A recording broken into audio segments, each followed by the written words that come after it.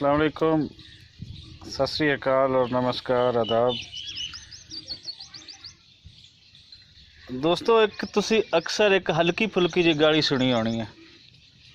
कोई बड़ी सख्त किस्म की गाल नहीं है वो, लेकिन यह है कि साडी सोसाइटी दे विच ये गाल बड़ी ही आम है।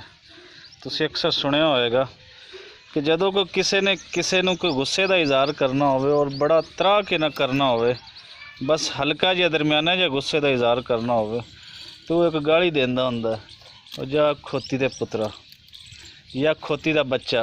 कोई बंदा कोई चवड़ मारे तो उन्होंने भी अगला बंदा आंदा है खोती दा पुत्र है। बड़ी एक आम है। तुसी रोड्स ते जा रहे हो, तुहाडे कोल गड्डी कोई दूसरे फ्रंट साइड तो सामने तो वो ड्राइव करदा आ रही है, हल्का जी उन्हें किते कोई गलती की है तो तुसी उन्होंने आखना है खोती दा बच्चा।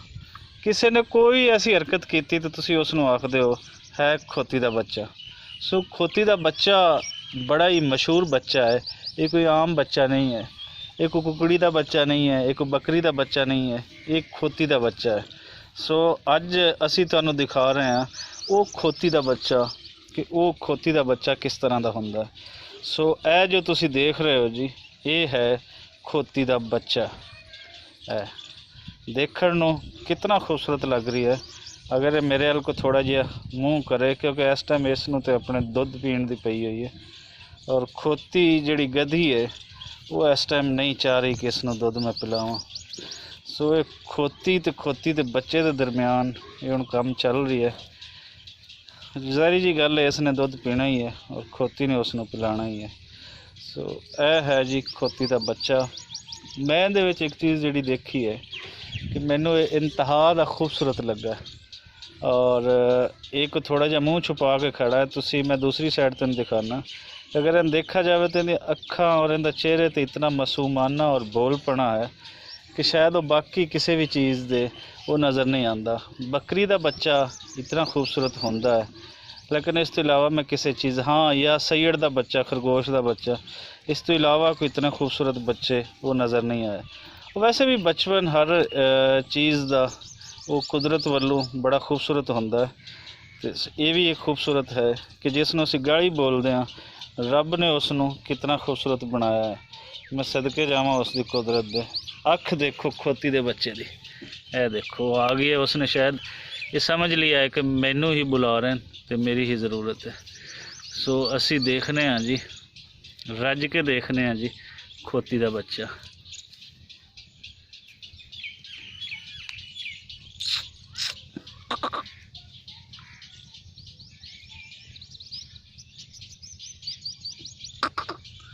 उरे ते कर मूँह। हेलो, क्या शेप है उसके चेहरे दी जी। सदके जावां रब दियां बनाइयां चीज़ां दे।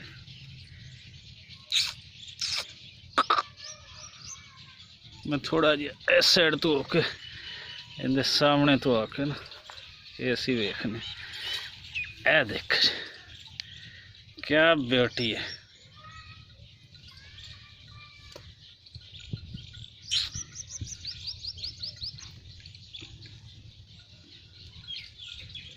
नाल खोती भी देख रही है कि पता नहीं की कर रहे हैं। खोती है तेरे बच्चे की तारीफ कर रहे हैं। मैं दी अख दिखाना चाहना, जो तुम अख नज़र आ जाए तो अच्छी।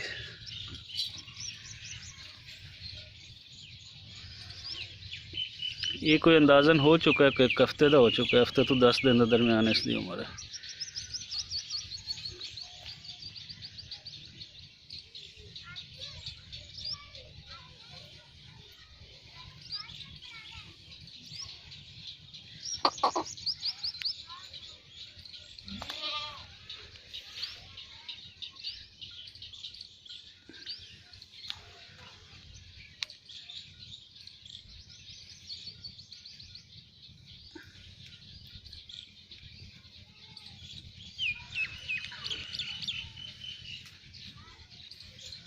लो जी, है खोती का बच्चा। यकीनन जिस बंदे ने ये वीडियो देखनी है, उस तो बाद वो किसी नूं ये गाली जदों भी देवेगा खोती का बच्चा, तो उनके ज़हन दे विच ਇਹ ਖੋਤੀ ਦਾ ਬੱਚਾ ਲਾਜ਼ਮੀ ਆਏਗਾ। ਖੋਤੀ ਦਾ ਬੱਚਾ ਕੋਈ ਬਹੁਤ ਜ਼ਿਆਦਾ ਸ਼ਰੀਰ ਨਹੀਂ ਹੁੰਦਾ, ਬਹੁਤ ਜ਼ਿਆਦਾ ਬਕਵਾਸ ਨਹੀਂ ਹੁੰਦਾ। ਖੋਤੀ ਦਾ ਬੱਚਾ ਇੰਤਹਾਈ ਖੂਬਸੂਰਤ ਹੁੰਦਾ, ਜਿਵੇਂ ਕਿ ਤੁਸੀਂ ਆਪਣੀ ਅੱਖਾਂ ਨਾਲ ਦੇਖ ਲਿਆ।